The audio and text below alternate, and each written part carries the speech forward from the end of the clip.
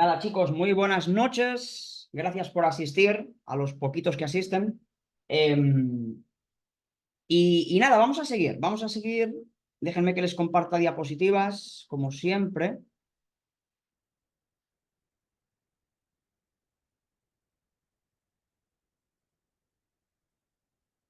Bien, nada, muy agradecido a los 12 que vienen. Y vamos a seguir avanzando con un tema que es súper interesante, muy interesante. Me escuchan bien, ¿verdad? Em, Seguimos avanzando en la línea del tiempo, reflexionando. Bueno, ya saben que en mis clases, pues sí que hablamos de ciencia y arte, pero bueno, hablamos también de cualquier otra cosa, ¿no? Siempre les digo que está todo mezclado, la política, la economía, la historia, las guerras, en fin, todo lo que es el ser humano. En el mundo real todo está entremezclado, ¿no? No es que estén los artistas por ahí en su burbuja, los científicos metidos en su laboratorio, no, aquí las relaciones humanas están todas entremezcladas, ¿no? Ahí está la política, ahí están los intereses económicos, ahí están las guerras, en fin, las creencias religiosas, todo eso está mezclado en la historia y así debemos un poco comprenderlo. Entonces, bueno, hemos ido avanzando en la línea del tiempo y ahora hemos llegado al romanticismo, movimiento cultural muy interesante, muy interesante. Vamos a intentar ver un poco en la clase de hoy, en la del jueves, el significado de este gran movimiento sobre el que, bueno, la gente cree que sabe cosas, pero a lo mejor no tanto. Vamos a ver. Lo primero, situarnos en el tiempo, como siempre hacemos, ¿no? Aquí ya hemos llegado al mundo contemporáneo. Ya saben, el mundo moderno era lo que surgió con el Renacimiento en el siglo XV.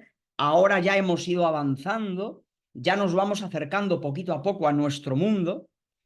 Y esto es ya el siglo XIX. Esto ya es mucho más cercano a nuestro mundo, a nuestro tiempo, ¿no? Es verdad que han pasado ya más de 200 años desde que surgieron estos románticos.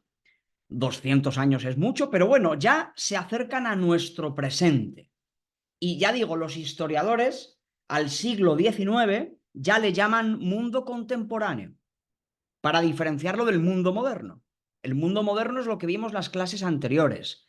El Renacimiento es moderno, el Barroco es moderno, pero aquí ya es siglo XIX, porque vamos a ver que aquí hubo una serie de cambios importantes. Pero este siglo XIX arrancó como el gran movimiento cultural, artístico, filosófico fue el romanticismo, que tuvo su expansión por Europa, pero también aquí, en América. Para que ustedes se sitúen, el romanticismo surgió pues más o menos al mismo tiempo que aquí en América se estaban produciendo las guerras de independencia. Ya saben, lo que ustedes celebran el 10 de agosto, ¿cómo lo llaman? Primer grito de independencia. Eso era a comienzos del siglo XIX. Es ahí cuando surge Ecuador, Colombia, los países que hoy conocemos, surgen ahí, ¿no? Fíjense que ahora celebramos aquí en Guayaquil la fundación de Guayaquil, que por cierto, entre paréntesis, lo digo porque en estos días ustedes van a escuchar todo el rato en los periódicos, en las fiestas, la fundación y van a ir ustedes a emborracharse por ahí a la calle Panamá o qué sé yo. Pero hay que saber lo que uno celebra. La fundación de Guayaquil no cayó del cielo, se fundó en una cierta época histórica. Y es verdad que a ustedes, los políticos guayaquileños, la prensa guayaquileña no les va a contar algo tan obvio como que Guayaquil fue fundada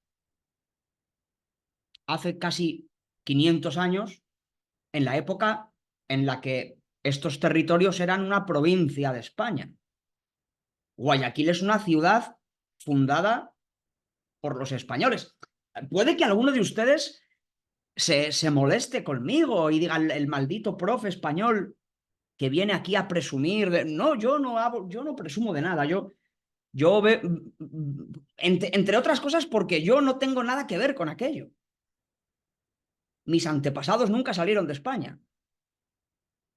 Quien fundó Guayaquil es los antepasados de ustedes. Lo que ocurre es que los antepasados de ustedes eran españoles también. Entonces, de verdad que ninguno de ustedes se cabre conmigo porque diga el maldito profe español que nos viene aquí a hablar. Yo simplemente me limito a contar la historia. Yo llevo 10 años viviendo en Ecuador y no tengo ganas de volver a España. Yo estoy aquí muy feliz. Entonces, créanme que yo no se lo cuento por nada, simplemente porque me llama la atención que siempre que llegan las fiestas julianas, estas de... Creo que las llaman así, ¿no? Fiestas julianas, la fundación. Digo, coño, pero ¿quién fundó Guayaquil? ¿Cuándo se fundó Guayaquil? Lo mismo podría decir de Cuenca, y de Loja, y de Ibarra, y de Quito. Entonces, bueno, la fundó un tal Orellana.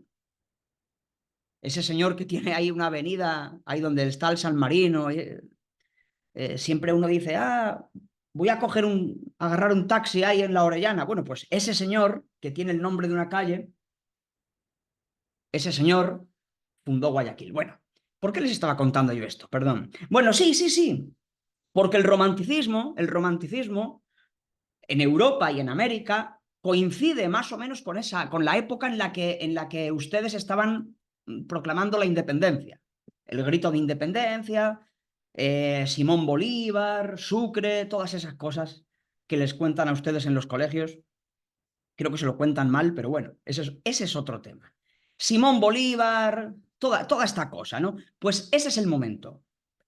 Para situarnos, ¿no? Estamos a principios del siglo XIX. Ahí surge el romanticismo. Entonces vamos a ver, y esto tiene mucho que ver con el arte y con la ciencia. El romanticismo es un movimiento muy amplio, es un movimiento estético, literario, pero también es un movimiento en pintura, en un montón de cuestiones, ¿no? Y filosófico. Vamos a ver cuáles son las características de este romanticismo. Lo primero que les decía es esto, ¿no? Surge a principios del siglo XIX, su corazón es Alemania. Por supuesto que hubo filósofos y poetas románticos en muchos países. Hubo romanticismo en España, en Francia, en Inglaterra, en Ecuador, en Colombia, ¿vale? O sea que el romanticismo es un movimiento europeo, pero también es un movimiento americano. Pero es verdad que si tuviéramos que decir cuál es el país que fue más potente en el movimiento romántico, yo diría que Alemania, también Inglaterra, y por supuesto España, Francia, y ya digo, aquí en Hispanoamérica también, en Colombia, en México, en Ecuador, hubo artistas y escritores románticos, ¿no? Pero el corazón más fuerte del romanticismo es Alemania. Oh, Alemania, ya hablaremos de Alemania. Bueno, bien, ¿cuáles son las características que definen a este importante movimiento que también tuvo algo que decir sobre la ciencia? Ya lo veremos, no sé si hoy o el jueves, porque es muy importante. Vamos a ver un poco así de entrada las características. Primero, en primer lugar, el romanticismo ya no quiere seguir los cánones clásicos. Toda esta cosa de los renacentistas, tal, de vamos a mirar no, el artista romántico quiere ser individualista. Fíjense en el punto 2 que pongo aquí en la diapositiva, es aquí cuando surge la idea de genio. Esta palabra que hoy en día la utilizamos todo el rato, ¿no? Cuando alguien es muy bueno en alguna actividad, pues siempre decimos, este tío es un genio, o esta chica es una genio en su campo. Es una palabra que hoy en día utilizamos todo el rato. Pues bien, la idea de genio surge aquí. Es decir, para el romántico ya no hay que seguir los modelos clásicos, ya no hay que imitar a nadie. No, no, no, no. El verdadero artista, el verdadero creador es una figura individual, aislada. Aquí hay un fuerte subjetivismo. Subjetivismo significa eso, ¿no? El genio. Soy un genio. Y yo solito yo solito soy capaz de crear un mundo maravilloso a través de la pintura, de la poesía, la música, da igual. El genio del romanticismo es un genio solitario, individual. Él quiere sacar la creatividad aquí de su cuerpo, de su pecho, de su alma. No quiere saber nada de nadie, no quiere pertenecer a ninguna escuela, no quiere pertenecer, no quiere hacer lo que han hecho otros. No, él quiere ser un auténtico creador libre, individual, solitario. Digamos que el romántico es él solito frente al mundo. De hecho, ya veremos cómo los románticos suelen tener esa tendencia al aislamiento. Ellos se refugian en su propia interioridad, se meten dentro de su burbuja y quieren ser unos genios ahí metidos, ¿no? Esto es muy importante. Por lo tanto, ahí vemos una primera característica. La tercera característica que ven en esa diapositiva es importantísima. El romántico, el movimiento romántico, ya sea en filosofía, en literatura, lucha contra el racionalismo. Esto lo vamos a ir explicando poquito a poco. Digamos, ¿el racionalismo qué es? La creencia de que la razón humana es lo más importante. Ellos dicen, no, ya no queremos tanta razón. Lo más importante en la vida humana no es el pensamiento racional. No, no, no, no. Lo más importante son las emociones, los sentimientos. Este punto es importantísimo porque, como vamos a ver entre hoy y el próximo jueves, esto tiene que ver con la idea de la ciencia. Ya les adelanto que a los románticos no les gusta mucho la ciencia. ¿Por qué? Porque ellos rechazan el pensamiento racional. Lo importante en esta vida no es el pensamiento racional, es los sentimientos, las emociones, ¿vale? Esto es una característica súper importante del romanticismo. ¿Qué más? Por supuesto, en el punto que ven aquí en la diapositiva, la exaltación del amor. Pero, luego veremos algún ejemplo. Esto es lo que uno suele asociar a la idea de romanticismo, ¿no? El amor. Pero, hay que entender que el amor en el arte romántico, en la literatura, es un amor doloroso y desgarrador. Es un amor que te jode la vida. Es un amor que duele. Para que sea romántico, tiene que doler. Si no duele, no es romántico. Si es un amor feliz, no, el amor romántico tiene que acabar mal. Es un amor oscuro, doloroso. Si es una parejita de enamorados que se casan y tienen muchos hijos y son felices y da, eso no es romántico. Eso no es romántico. Para que sea romántico tiene que ser trágico, doloroso. Ya luego vamos a ver algún caso. Entonces, es verdad que normalmente hoy en día asociamos, mira, es una persona romántica. Bueno, hoy en día usamos esa palabra, ¿no? Es una palabra que se usa mucho, pero créanme que no la usamos del todo bien. El romanticismo que estamos viendo aquí en clase del siglo XIX tiene otras características. Cuando hoy en día decimos, pues mira, este chico es muy romántico o esta chica es muy romántica, pues normalmente pensamos en una persona que es como cursi, como dulce, como atenta con su pareja, detallista. No, eso lo usamos mal. El amor romántico es verdad que es un amor intenso, pero es un amor que incluso acaba en la muerte. Luego veremos algún ejemplo. Otro punto importante del romanticismo, el segundo que ven ahí, la exaltación de la naturaleza. Pero la naturaleza que les gusta a los románticos, también veremos luego algún ejemplo, es la naturaleza salvaje, la naturaleza terrorífica. Luego lo vamos a ver. No, no es que les guste un jardincito, ahí, no, no, no, no. A ellos les gusta la naturaleza en estado puro, salvaje, una naturaleza que te puede matar. Esa es la naturaleza salvaje que a ellos les gusta. Y por último, lo romántico tiene que ver con todo lo que, pues eso, con lo extraño, lo misterioso, lo tétrico, lo macabro, lo sobrenatural, lo fantástico, lo fantasmagórico. Es decir, todo lo que tiene que ver con el terror. De hecho, Los que inventaron esta cosa de la literatura de terror fueron ellos. Todo lo que tiene que ver con los fantasmas, los cementerios, los espíritus demoníacos, las brujas, todo eso es literatura puramente romántica. A los románticos les encantaba este mundo, el mundo de lo misterioso, de lo que no tiene explicación, las cosas que nos producen verdadero terror.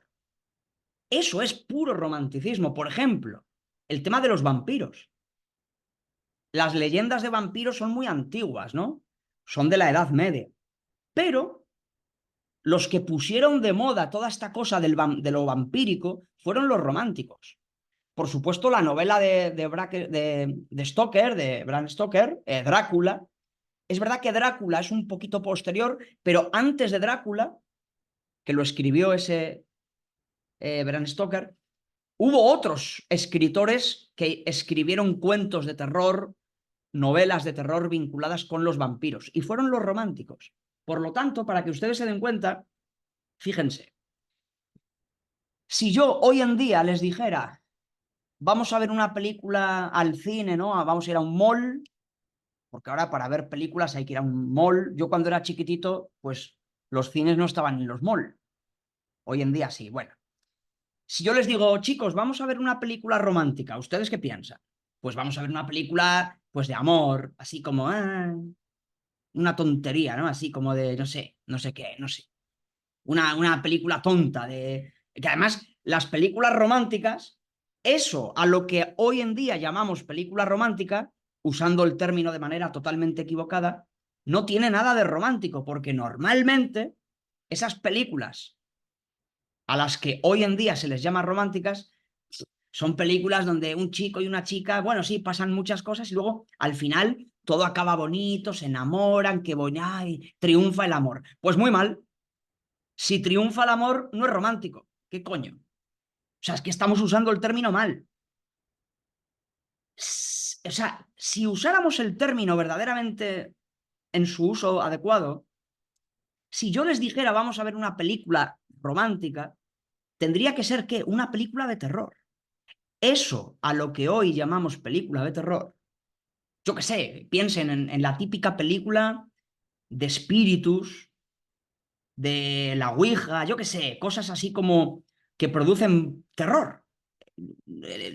Los cementerios, los fantasmas, los espíritus, todo eso, eso es romántico. Por lo tanto, si yo hoy en día les digo, chicos, vamos a ver una película de una película romántica, pues si realmente usáramos bien la palabra, lo que tendríamos que ir es a ver una película de terror. Eso, ese terror, eso es verdaderamente mucho más romántico que las huevadas a las que normalmente llamamos románticas, ¿no? Entonces, si yo, por ejemplo, les digo a ustedes, chicos, chicas, vamos a hacer un plan. Esta noche, a la 1 de la madrugada, ustedes y yo vamos a ir al cementerio. Si yo les digo, ¿quieren tener conmigo una cita romántica? Claro, pues a lo mejor ustedes van a pensar, bueno, el profe se ha vuelto loco, quiere tener una cita para ir a un restaurante, me va a regalar una florecita, no sé. No. Si yo les digo, vamos a tener una cita romántica esta noche, ¿saben lo que vamos a hacer? Vamos a ir a un cementerio, nos vamos a quedar quietecitos en medio de las tumbas a escuchar los sonidos de la noche. Y cuando estemos allí, a la 1 de la mañana, en silencio, escuchando el ruido del viento entre los árboles, y de repente, allá en la oscuridad, en las tumbas, con la luna llena, empiecen a escucharse ruidos extraños, se nos pongan los pelos de punta y empecemos a sentir escalofríos, eso es una experiencia verdaderamente romántica. Así que el próximo día que alguien les diga, chicos, o quieres una cita romántica conmigo, llévenla al cementerio a pasar miedo. Bien, y no estoy exagerando, ¿eh? Eso es el verdadero romanticismo literario. Y en caso de que se hable de amor, tiene que ser un amor que duele, un amor que acaba en melancolía, en muerte y en dolor.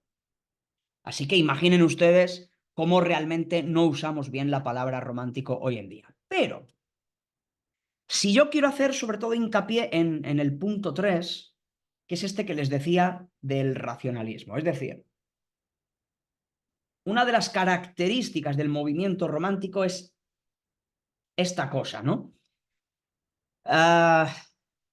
Lo importante en la vida no es el pensamiento lógico, racional, sino los sentimientos. Esto es muy importante. Y aquí, fíjense, el lema del romanticismo, si tuviéramos que resumir en una frase cuál es la idea principal, cuál es el concepto más importante del romanticismo, podría ser el siguiente, lo que ven ahí, ¿no? Más emociones y menos inteligencia. Más pasión y menos racionalidad. Si se dan cuenta, el romanticismo es absolutamente antiplatónico. ¿Por qué digo esto? Acuérdense, los que estuvieran atentos a aquellas clases, que Platón decía justo todo lo contrario. Acuérdense que Platón, el viejo griego del siglo V antes de Cristo, Platón defendía justo lo contrario. Platón decía, no, no, no, no. Lo más importante en esta vida es el pensamiento, la racionalidad, la lógica, la ciencia. Eso es lo más importante en la vida. Un ser humano tiene que vivir de acuerdo a la mente racional. Y ahora llegan estos locos románticos y le dan la vuelta. Ahora llegan estos locos románticos y lo que dicen es justo lo contrario. En plan, es como si le dijeran, a ver, Platón, déjanos en paz. No nos gusta tu sistema de vida. Platón, vete al carajo. Le vamos a dar la vuelta a tus enseñanzas. Nosotros no queremos vivir nuestra vida de acuerdo a la razón. Queremos pasión, queremos emociones, queremos sentimientos, no queremos estar todo el rato pensando, pensando, pensando. La razón, el pensamiento, la lógica, no, eso no, no queremos eso. Queremos una vida pasional, sentimental y emocionante. No queremos vivir de acuerdo a la razón. Entonces, si Platón se levantara de su tumba y leyese estas cosas, le saldría sangre por los ojos. O sea, si el pobre Platón resucitase y leyese estas vainas que están diciendo los románticos, al pobre Platón le estallaba la cabeza, porque es justo lo contrario. Los, los románticos defienden justo lo contrario que Platón. Platón decía más racionalidad y las pasiones, cuantas menos mejor. El romanticismo en el siglo XIX le dio la vuelta. Ellos querían cambiar todo. Esa filosofía platónica no la querían. No querían una vida encadenada a la razón. Querían vivir de forma pasional y sentimental. Pero esto es tremendo, ¿no? Vamos a ver. Por ejemplo, se podrían poner varios ejemplos, pero el filósofo que teorizó estas ideas que les estoy contando es este señor, Friedrich Schlegel, filósofo romántico alemán. Ya les dije el otro día que en alemán la CH se lee como J. No es Friedrich, es Friedrich. Friedrich Schlegel. Bueno, este señor, importante filósofo, poeta, fue, digamos, el fundador del romanticismo a nivel filosófico, ¿no? Él decía, bueno, decía muchas cosas, no se lo puedo resumir, pero ¿cuál era la idea más importante de Schlegel, este gran filósofo del romanticismo? Él decía, yo os voy a pasar estas diapositivas, ¿no? Pero de alguna manera, lo que estaba diciendo Schlegel, ya luego si quieren leen las diapositivas, ahora escúchenme a mí mejor, es, ay, ¿cómo decirlo de manera resumida? Es como el ser humano tiene que vivir construyendo puras fantasías. No tenemos que vivir de acuerdo a los principios lógicos de la mente racional. sino tenemos que dejarnos llevar por el caos, por la fantasía, por los sentimientos, ¿no? Es decir, él quería una vida regida no por el pensamiento lógico, sino por las pasiones más locas. La creatividad más auténtica no viene de la mente racional, sino de el sentimiento, la fantasía, la imaginación. Estas son palabras muy importantes para el romanticismo, ¿no? Fantasía, imaginación. Es decir, él quiere entender el mundo desde la fantasía y desde la imaginación, y no desde el pensamiento. Es tremenda esta idea, porque lo que está diciendo es que de alguna manera tenemos que rechazar el pensamiento lógico para sumergirnos en el caos fantasioso. ¿Cómo decir esto? Esto tiene unas implicaciones filosóficas tremendas, porque este señor, que es el más importante filósofo del romanticismo, o uno de ellos, está diciendo que lo que tenemos que hacer es vivir rechazando la razón. Es decir, es un irracionalismo.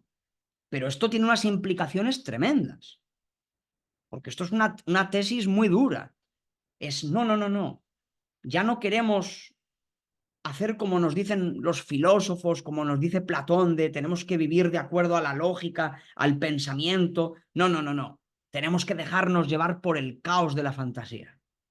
Eso puede estar muy bien para escribir poesía, pero si te lo tomas en serio, es una idea tremenda, peligrosa incluso. Porque si todos los seres humanos nos dejásemos llevar por la fantasía, imaginen en qué locura nos íbamos a involucrar, ¿no? Entonces, bueno, pero Schlegel tiene cosas interesantes. Fíjense, los románticos dicen esto. Y aquí vamos a empezar a ver cómo el romanticismo hace una crítica muy dura a la ciencia. La primera frase que digo en esta diapositiva. ¿Qué dice Schlegel? ¿Qué dicen los románticos? Dicen, y vamos a explicar esta frase, que es importantísima. Si los seres humanos lo entendieran todo, desaparecería el misterio del mundo. Si los seres humanos lo entendieran todo, ya no habría más misterio en esta vida. Y ellos no quieren entenderlo todo. Atención a esto. Ellos no quieren entenderlo todo.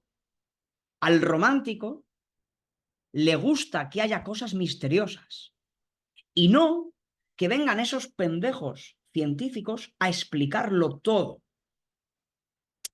Aquí lo estoy resumiendo de una manera un poco así, un poco bestia, pero para que ustedes entiendan la idea principal, ¿no? El romántico es ese personaje, ese filósofo, ese poeta, que le está diciendo a los científicos, oiga, amigo, déjeme en paz. Ya no quiero tanta ciencia. Ya no quiero que vengas tú con tu maldito laboratorio, con tu maldito trajecito de científico a explicármelo todo. No quiero que me lo expliques todo. Esta es la idea. No quiero. Platón, ¿qué diría? Platón dice, no, no, la ciencia lo tiene que explicar todo, la razón. Los románticos son unos rebeldes que están diciéndole a la ciencia y a la filosofía, déjanos tranquilos. No queremos que nos vengas a explicar todo en esta vida, porque si lo explicas todo, la vida se vuelve un lugar aburrido, triste, o dicho de otra manera, a los románticos les gusta que queden cosas misteriosas en este mundo. Por eso les gusta todo ese tema que estábamos diciendo antes, ¿no? De las cosas misteriosas, sobrenaturales, los fantasmas, los espíritus. ¿Por qué? ¿Por qué al romántico le gustan esos temas? ¿Porque son morbosos? No, no tiene nada que ver con eso. No es que sean morbosos y les gusten los muertos les gusta eso porque es misterioso. Porque les gustan las cosas misteriosas, les gustan las cosas inexplicables. Y la ciencia lo quiere explicar todo. Ellos se resisten, se rehúsan. No quiero que lo expliques todo. Ustedes imaginen que la ciencia fuera un foco de luz muy potente, ¿no? tengan esa imagen, ¿no? Imaginen un superfoco así grandote, potente, de luz. Eso es la ciencia, ¿no? Entonces, con ese tremendo foco, la ciencia va iluminando todo. El foco del conocimiento científico, ¿no? Ustedes imaginen ese tremendo foco, plaf, plaf, plaf. La ciencia va iluminando, iluminando, iluminando. Lo va iluminando todo. La física, la química, las matemáticas, lo van iluminando todo, lo van explicando todo. ¿Qué sucede aquí? Pues el romántico es ese señor o esa señora que dice, yo no quiero que ilumines todo con ese maldito foco. No quiero que vengas con ese gigantesco foco de luz a iluminarlo todo. No quiero eso. A mí me gusta la oscuridad. Eso dice el romántico, ¿vale? A mí me gusta que haya rincones de oscuridad en este mundo. Me gusta, porque la oscuridad es poética. ¿Se dan cuenta? La ciencia lo quiere iluminar todo con el conocimiento y el romántico es un rebelde que le dice a la ciencia, déjame tranquilo, no vengas con tu foco gigantesco a iluminar todo. Déjame que haya por lo menos algunos pequeños rincones de oscuridad. Déjame que haya por lo menos, qué sé yo, algunos rincones de misterio, algunos rincones oscuros, misteriosos. Este es el punto. Por lo tanto, aquí vemos cómo los románticos se resisten. Y esto es muy importante porque aquí estamos en pleno siglo XIX, principios del siglo XIX, y aquí es un momento en el que las ciencias están funcionando aquí a toda máquina. Es un momento muy importante en la historia de la ciencia. La biología, la física, la química están avanzando y el romántico es ese personaje que dice, me da un poco de tristeza ver cómo la ciencia lo explica todo, porque si alguna vez la ciencia lo explicase todo, el mundo sería un lugar gris, feo, inhóspito. Yo no quiero, el romántico dice, yo no quiero vivir en ese mundo lleno de luz y de ciencia. A mí me gusta más la oscuridad. Esto es muy importante. Por eso, como digo aquí, el romanticismo promueve un culto a lo misterioso. Y es por eso que les gusta todo lo que tiene que ver con lo misterioso y lo sobrenatural. De alguna manera, el romántico quiere más poesía y menos ciencia. Fíjense que aquí, esto es muy importante, ¿no? Nuestra materia se llama arte y ciencia, ¿no? Pues bien, los románticos dirían que ambas cosas son un poco incompatibles. Es decir, si hay mucha ciencia, habrá poca poesía. Cuando digo poesía me refiero a arte, ¿no? Cuanta más ciencia haya, menos arte habrá. Es decir, si la vida humana queda encajonada en los parámetros de la ciencia, ese mundo va a ser un mundo, dicen ellos, con muy poquita presencia del arte. Dicho de otra manera, cuanto más ciencia hay, menos arte hay. Si la ciencia sube, el arte baja. Si la ciencia lo explica todo, el arte se muere. Quédense con esta frase también, ¿no? Si la ciencia lo explica todo, el arte se muere. Esto no lo digo yo, ¿eh? Yo estoy explicando lo que dicen los románticos. La repito una vez más. Si la ciencia lo explica todo, con sus metodologías y sus investigaciones, si la ciencia lo explica todo, el arte se muere. La poesía se muere. Por eso ellos quieren un poquito de oscuridad. Bien, todo esto que estamos viendo, pues se ven varias cosas, ¿no? Por ejemplo, si hubiese que elegir a un pintor, ¿no? Hemos visto que el filósofo más, bueno, hay varios, ¿no? Pero uno de los filósofos más representativos de este movimiento es Schlegel. Pues bien, si hubiese que elegir a uno de los pintores más importantes del movimiento romántico, pues también sería este señor, que también es alemán, Caspar David Friedrich. Este alemán, un gran pintor representativo. Fíjense que en este retrato suyo, la verdad que la figura de este pintor ya es romántica en sí misma, ¿no? Fíjense qué ojos de loco tiene, esos cabellos, esa barba, esa mirada.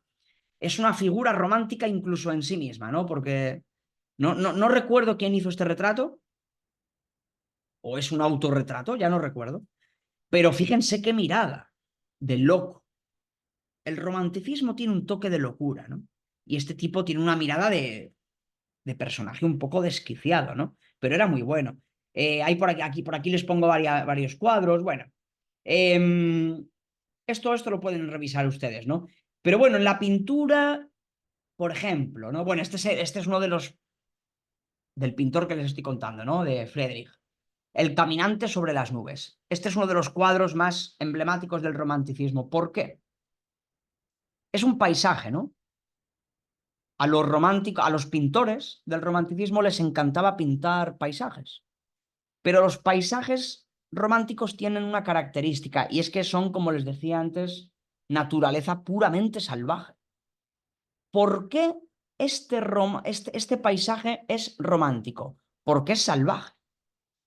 Por ejemplo, ustedes imaginan que en este mismo cuadro que están viendo, ven ahí a un señor que ha subido a lo alto de la montaña y está viendo unos paisajes tremendos.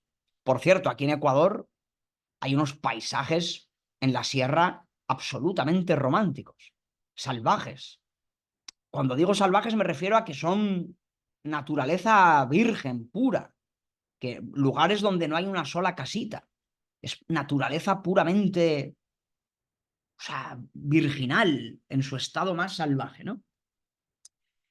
¿Por qué este cuadro es así, es romántico? Porque, o sea, ustedes imaginen que allá en el horizonte, donde está subido este señor, ¿cómo decir? Imaginen que hubiese, qué sé yo, una estructura de metal por un puente.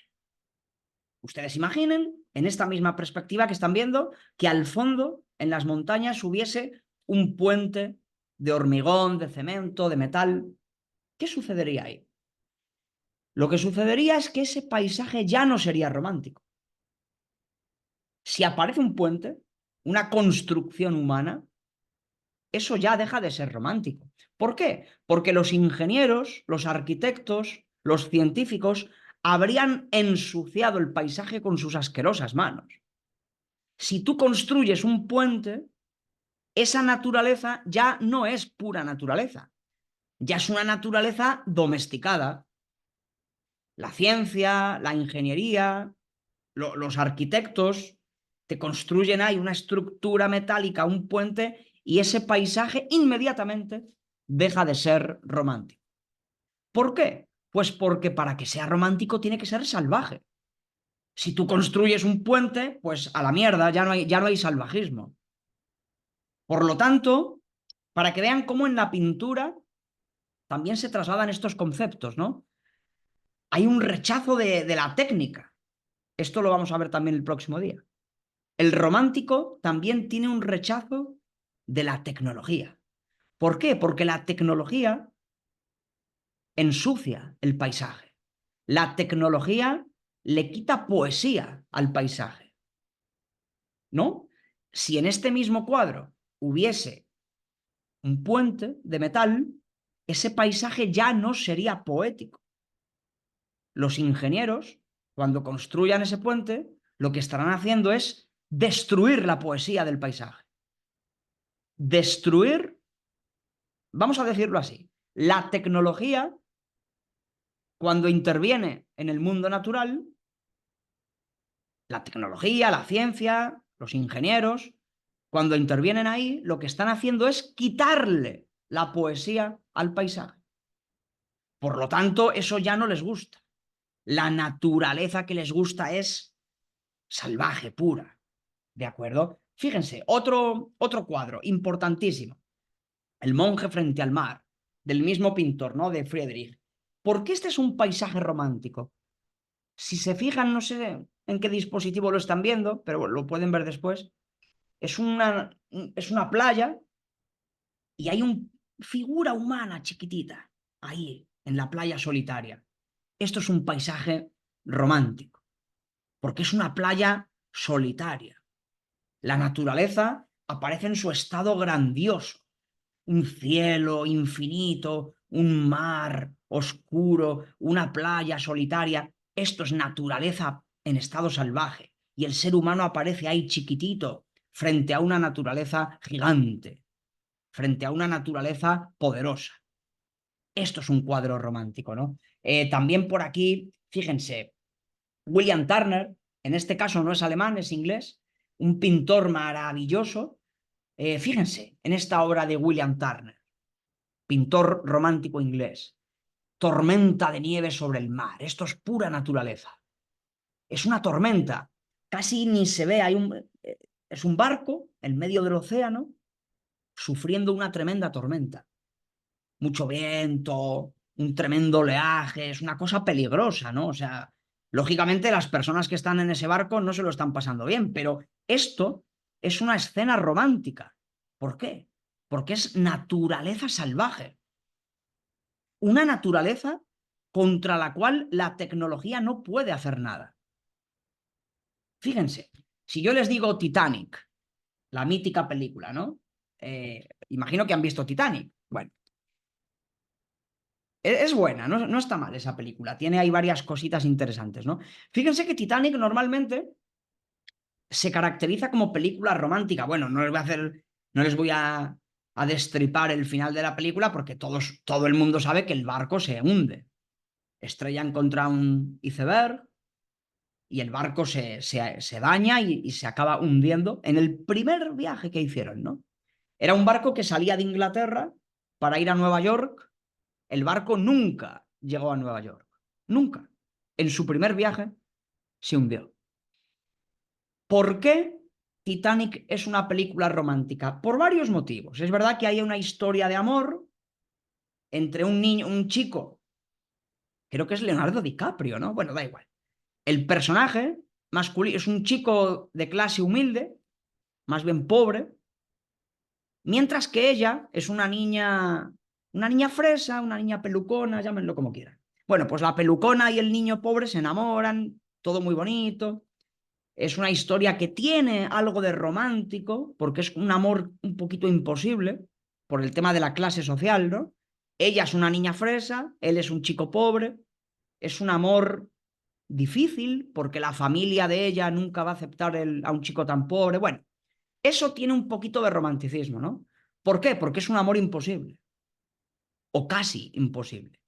Pero, Titanic es una película romántica no solo por esa historia de amor de los chicos, es romántica porque el barco se hunde. Ustedes dirán, profe, usted está loco, eso es una tragedia humana. Murieron muchas personas, claro que es una tragedia. Ojalá nunca hubiera sucedido. Murieron miles de personas, se ahogaron, ¿no? Eh, Tremendo. Entonces, no me he vuelto loco. ¿Por qué digo que eso es romántico? Porque lo que representa eso es la naturaleza destruyendo a la tecnología humana. La naturaleza fue más fuerte que el hombre. Les cuento por esto porque cuando se construyó el Titanic, allá en Inglaterra, los periódicos de la época decían, ¡buah, esto es tremendo! Hemos construido el mejor barco de la historia, es un barco poderoso, con una tecnología increíble, los mejores ingenieros náuticos han participado, este barco es vamos, como diríamos en España, este barco es la hostia, este barco es indestructible, el mejor barco del mundo, esto es una cosa poderosa, y todos los periódicos de la época estaban allí aplaudiendo en plan, Dios mío, qué barco hemos construido, es un barco tremendo, poderoso. ¿Qué sucedió? En el primer viaje se hundió. O sea, ¿qué sucedió aquí? Es una metáfora perfecta de que la naturaleza humana todavía es más fuerte que la tecnología. Repito la frase. La naturaleza, en este caso, el océano, el iceberg que dañó el Titanic, eso es pura naturaleza, ¿no? Esa naturaleza salvaje, en este caso en el océano, fue más poderosa que la tecnología humana. Todos los ingenieros que decían, este barco es indestructible, el ser humano es Dios.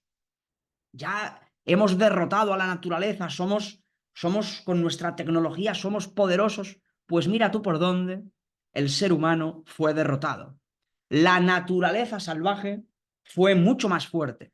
Y ese barco tan indestructible, pues mira tú por dónde se destruyó. Y se destruyó en el primer viaje, en el primero. Eso es romántico.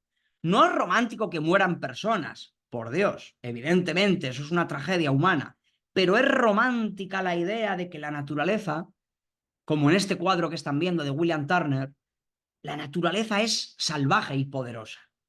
Y al romántico, le gusta que la naturaleza siga siendo salvaje y poderosa. ¿De acuerdo? Entonces, bueno, fíjense, este me gusta mucho. John Constable, otro pintor inglés romántico. Esto es un paisaje romántico absolutamente, es una preciosidad, ¿no? Me encanta este cuadro. Efectivamente, como dice Seina, ni Dios podría destruir el barco. Bueno, no lo destruyó Dios, lo destruyó un iceberg. Un iceberg, como dicen los ingleses, ¿no? Un iceberg, decimos en español. Pues el iceberg, que es pura naturaleza, fue más fuerte que la tecnología humana.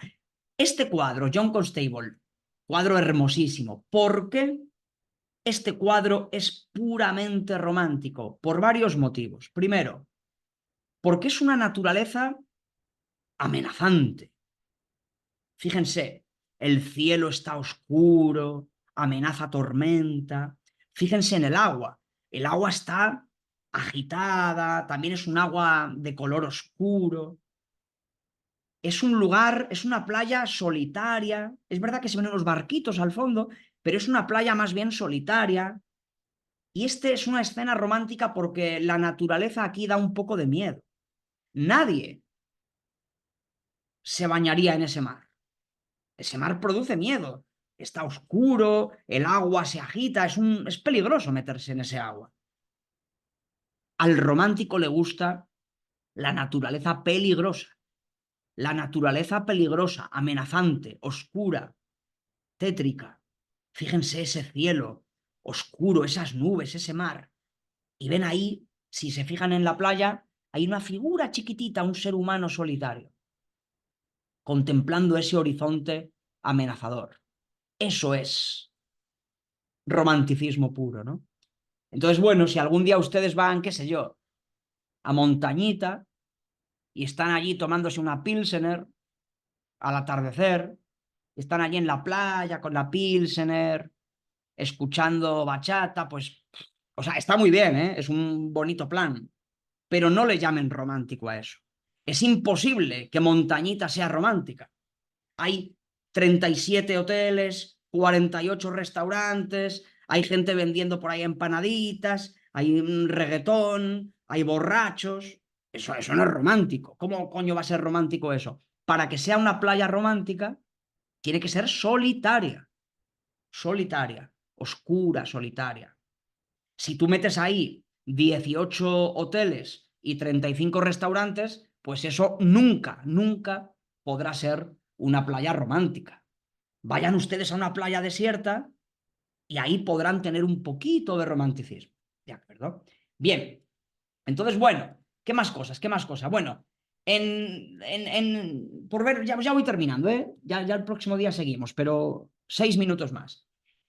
Por recomendarles a ustedes algo de literatura, les decía la clase anterior que la literatura barroca, yo dije en las palabras que dije fueron droga dura.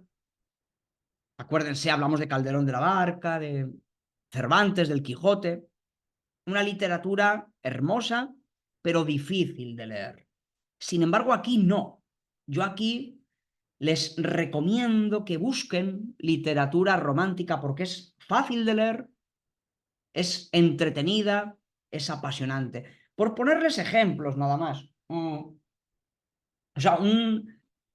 sea, literatura romántica, yo qué sé, Edgar Allan Poe, el escritor estadounidense, era romántico. A mí me gusta este, ¿no?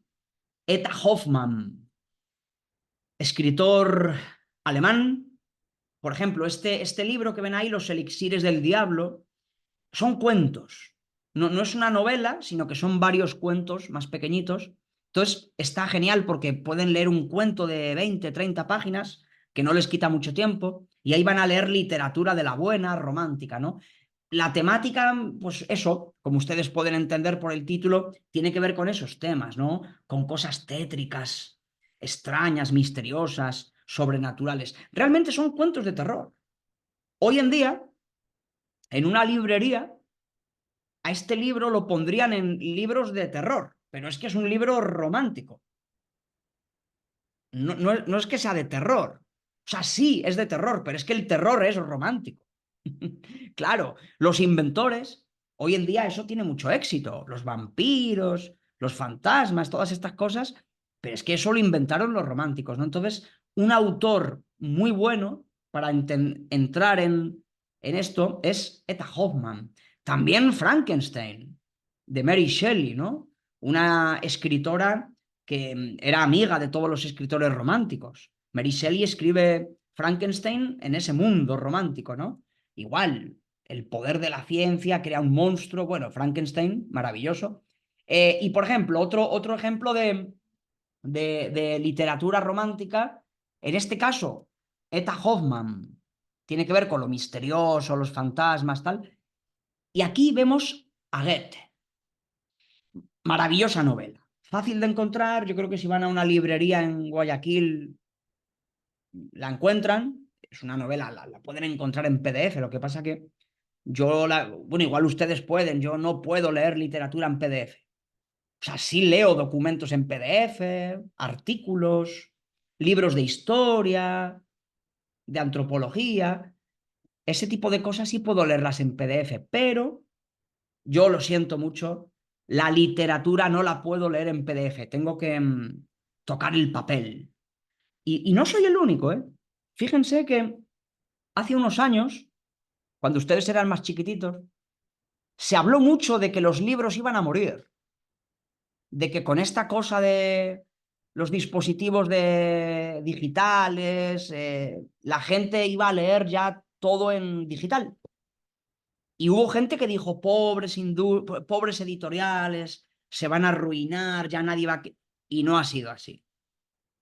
No ha sido así. A día de hoy, a pesar de toda esta cosa digital, se siguen vendiendo millones de libros físicos, como estos que tengo yo aquí detrás, ¿no? Yo lo siento mucho, pero la literatura tengo que tocar el papel. Y ya digo, no me pasa solo a mí. Puedo leer artículos y cosas en PDF, pero la literatura buena hay que tocar el papel. Pues bien, yo les invito a que toquen el papel, buscando por ahí en Guayaquil este libro. Es una novela corta, no sé si son 100 o 120 páginas, igual a ustedes les parece mucho, pero créanme que 100 páginas es una novela muy corta. Las novelas, vamos, yo he leído novelas de 700 y 800 páginas. Entonces, esta novela es corta, creo que ustedes podrían leerla perfectamente, ¿no? Eh, entonces, eh, y ahora respondo a lo que pregunta Seina. Bueno, sí, es una buena pregunta, ¿eh? La que hace la compañera Seina. Es verdad, qué buena pregunta. De hecho, efectivamente, en eso soy un romántico, porque me da un poco de fobia tanta tecnología, ¿no? Tanta cosa digital, tanto soporte electrónico. Es como, déjame tocar mi librito de papel, así estas hojitas, ¿no? Maravillosas, que las puedes... Cuando es un libro viejo hasta lo huelo, ¿no? Y huele a libro viejo, a papel viejo. Sí, la verdad que es una cosita romántica esta que tengo yo de rechazar lo tecnológico en el tema de la literatura. Es buena apreciación la que ha hecho usted. Efectivamente, este gusto mío por el papel es una cosa un poquito romántica. Pues bien, les invito a buscar este libro porque trata muy bien el tema del amor. Pero, por cierto, es Goethe, que nadie me diga Goethe o Goethe, ¿vale? es alemán, sí, de Goethe. Bueno, este Goethe, lo que dice Paola, ¿no? Me alegro de que también haya más gente que quiera papel. No les voy a hacer, como se dice hoy en día, spoiler, una palabreja tan tonta. ¿Qué coño es eso de spoiler? ¿Por qué usamos palabras que vienen del inglés cuando tenemos uno de los mejores idiomas del mundo? Les digo a ustedes que el español, o sea, está muy bien que ustedes aprendan idiomas porque para buscar un empleo el día de mañana como diseñadores o lo que sea. Yo no le, o sea, estudien inglés, por supuesto que sí, pero estudien inglés, pero les digo una cosa, el español, que es su lengua y la mía, es infinitamente mejor lengua que el inglés. Es mucho más compleja a nivel semántico, a nivel conceptual, a nivel sintáctico. El español es mucho más complejo y mucho más profundo que el inglés. Es una lengua mucho más simple. Entonces, digo esto por esta moda tonta de decir las cositas en inglés. Hay el feedback. ¿Pero qué coño es eso de feedback? Cuando en español tenemos una palabra tan bonita como retroalimentación. Y les digo feedback por los millones de palabras que podíamos decir. Me voy de shopping. ¿Pero qué coño es eso? ¿Te vas a comprar o te vas de compras? ¿Por qué dices que te vas de shopping o no sé qué gilipolleces? O sea, hay que ser un idiota acomplejado para usar el inglés. O sea, si hablas en inglés en una conversación, está súper bien. Pero lo que es estúpido es estar hablando en español y meter palabritas en inglés. Cuando la lengua española, el idioma español es mucho más rico a nivel de vocabulario, de conceptos, que el inglés, pero mucho más. Es una lengua es una de las lenguas más importantes de la historia, junto a otras, el ruso, el francés, pero el español, coño, es una de las lenguas más importantes de la historia, a nivel de literatura, y hoy en día es una lengua que la hablan ya 600 millones de personas, que no estamos hablando de cualquier lengua. Entonces, a mí me cabrea mucho este sentimiento de inferioridad que tenemos de, ay, el inglés es súper importante y si no aprendo inglés soy tonto. Pues no, pues no. O sea, si aprendes inglés, genial. Pero no me vengas a decir la gilipollez y la huevada de que, ay, es que si no aprendo inglés, pues soy... No, no, pero ¿por qué? Si el español es mucho mejor idioma que el inglés. Bueno, perdón, ya me callo, 3 minutos. No les voy a hacer spoiler, pero creo que esta novela es bien interesante. Es una de las novelas más importantes del romanticismo. Ay, es que cómo les cuento esto sin contarle, sin hacer spoiler. Bueno, a ver, el tema del amor. Fíjense cómo se llama la novela. Es Los sufrimientos del joven Werther. Por cierto, igual, en alemán se dice la W, se lee como v. No, no es Werther, ¿vale? Yo digo esto porque tenía un profesor que nos regañaba mucho. Decía, no me digan Werther, es Werther. Bueno, los sufrimientos del joven Werther. Pues el pobre Werther, que es el protagonista, se enamora de una chica, pero el amor no es correspondido. Y como bien pone en el título, pues la novela, que por cierto está en forma epistolar, epistolar significa en forma de cartas. Son las cartas que se van enviando, Werther escribiendo a la chica le responde. En aquella época no había WhatsApp. Si hubiese WhatsApp, pues toda esta novela se hubiera escrito por WhatsApp. Pero como no había WhatsApp, pues escribían cartas. Y esas cartas constituyen la trama, ¿no? Narrativa. Y es muy interesante, pero es un sufrimiento. Como les decía al principio, el amor romántico es romántico porque duele, porque es un amor desquiciado. Y fíjense, ya voy terminando, ¿eh? El amor romántico es peligroso. Si lo llevas al extremo, es un amor peligrosísimo por varios motivos. Primero, porque el enamorado idealiza tanto a su enamorada o a su enamorado que lo convierte en algo demasiado sublime y luego la realidad no es así. Es decir, ¿Cómo les explico esto? El amor del romántico es, ¿cómo decir? Obsesivo. Es un amor obsesivo. Es, por ejemplo, aquí nuestro amigo Werther se enamora tanto de la chica, la idealiza tanto. Ay, mi amada es el ser más maravilloso del universo. Mi vida no tiene sentido. Sin ti yo no sé vivir. O sea, ese tipo de cosas. ¿Cómo que no sabes vivir? Claro que el amor duele. A todos nos ha dolido el amor alguna vez. Pero hay que tener cuidado. No puedes llevar ese dolor a un límite autodestructivo, porque te obsesionas tanto por una persona que a lo mejor luego esa persona no es tan bonita como tú te crees. Porque el romántico, cuando se enamora, convierte a su enamorada o a su enamorado en un dios. Entonces, ahí ves a Werther, mi vida no tiene sentido sin ti, yo solo quiero vivir en este mundo porque tú existes, si tú no me quieres, a mí no me sirve de nada, la vida para mí no tiene sentido si tú no estás. Es un amor intenso, pero es tan intenso que es autodestructivo. Entonces, sí, Fernando dice que confirma, claro, todos hemos tenido esa cosa, ¿no? Lo que pasa que normalmente, cuando uno tiene un amor así tan duro, un desamor, pues bueno, puede estar jodido unas semanas o unos meses, pero al final uno sale, porque la vida sigue y el mundo está lleno de gente. Si este chico o esta chica no te hacen caso, pues bueno, vas a estar, yo no digo que no te vaya a doler, tiene que, la vida es, o sea, es bueno que en la vida a uno también le duelan las cosas. Vivimos en una sociedad en la que parece que estamos obligados a ser happy, como dicen los ingleses. Todo el día felices. Oye, pues no. Igual hoy no quiero estar feliz, hoy quiero estar triste. Me da la gana estar triste. O sea, que uno tiene derecho a estar triste, ¿no? Y a estar melancólico.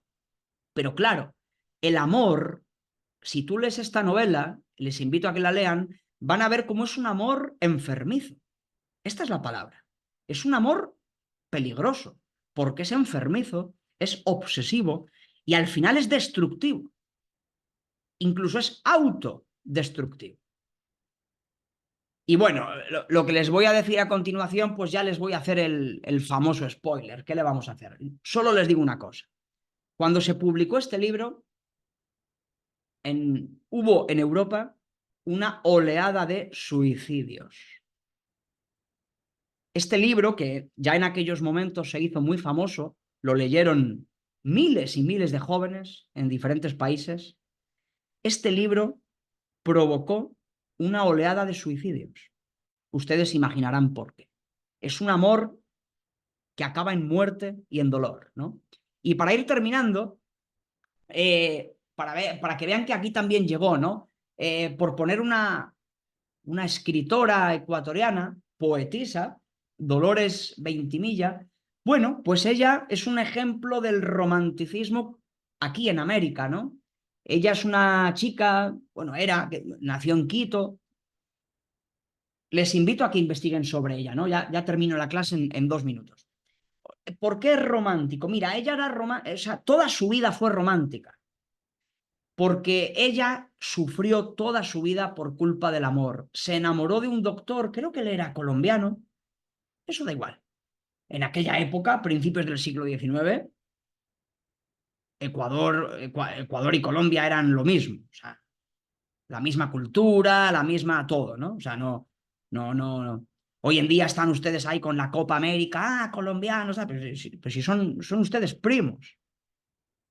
¿Qué diferencia hay entre un colombiano y un ecuatoriano? Bueno, ninguna. Hay una frontera ahí artificial que se inventó Simón Bolívar, pero realmente colombianos y ecuatorianos son idénticos en sus costumbres, en todo. Bueno, ustedes me dirán que no, pero bueno. ¿Por qué les decía esto? Ah, bueno, sí, porque Dolores, esta quiteña, pues bueno, se enamoró, creo que se llegaron a casar, no sé si lo pongo por ahí. En cualquier caso, es verdad que este individuo era un mal marido, un mal esposo, se iba de viaje, no le paraba bola. Ella sufrió toda su vida mucho. Estaba loquísimamente enamorada de él. Igual que Werther. Lo que pasa es que Werther era un personaje de ficción, pero en este caso Dolores existió, era una poetisa que vivió realmente. Y ella escribía poesía. Prácticamente no queda nada de la poesía que escribió porque ella lo quemó todo. Este gesto también es muy romántico, ¿no? La desesperación. Tengan en cuenta que la literatura romántica tiene mucho que ver con eso, con la soledad, la tristeza, la melancolía. La verdad es que la literatura romántica no es muy alegre. Sobre todo la poesía suele ser triste, melancólica, habla de cosas trágicas, del desamor. Y esta mujer, los poemas que escribió eran todos de tristeza, de angustia, de sufrimiento, de soledad, por el desamor, por no sentirse amada, ¿no? Y es verdad que ella se desesperó tanto que se acabó suicidando. Quemó una noche, le prendió fuego a sus papeles y por eso hoy prácticamente no ha quedado ningún poema suyo. Alguno ha quedado, creo. Yo creo que leí un par de ellos, pero los quemó prácticamente todos. Estaba triste, desesperada y se acabó suicidando. Creo que se acabó suicidando. Sí, sí, se acabó suicidando, claro. Entonces, no sé si, déjenme, porque la diapositiva estaba demasiado... Creo que ingirió veneno, ¿eh? A ver si lo ponía por ahí. Sí, ahí lo pongo, ahí lo pongo. Cianuro, cianuro, ¿no? Imaginen, eh, desesperada porque su esposo la abandonó, no la quería, puro romanticismo, ¿no? Para que vean que también hubo, y bueno, les he puesto el ejemplo de Dolores Veintimilla, pero hay otros muchos, en Colombia, en Perú, en México, en Argentina. El romanticismo, si ustedes investigan, a nivel de literatura y también de pintura, llegó a América, no se quedó en Europa, ¿de acuerdo? Y esta pobre mujer es un ejemplo perfecto porque se suicidó.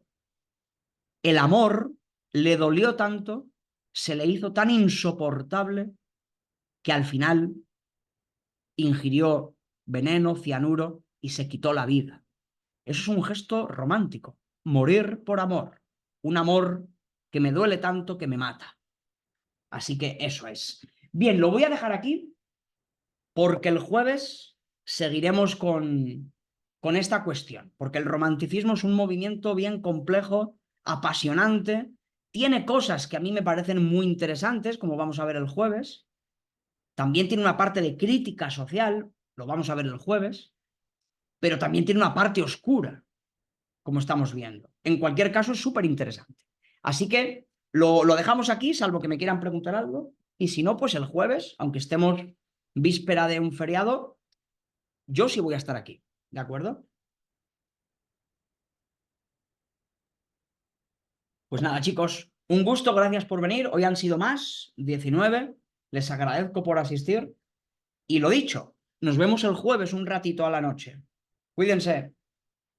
Chao, profe, gracias. Profe, gracias. No, profe, Chao. gracias. A ustedes.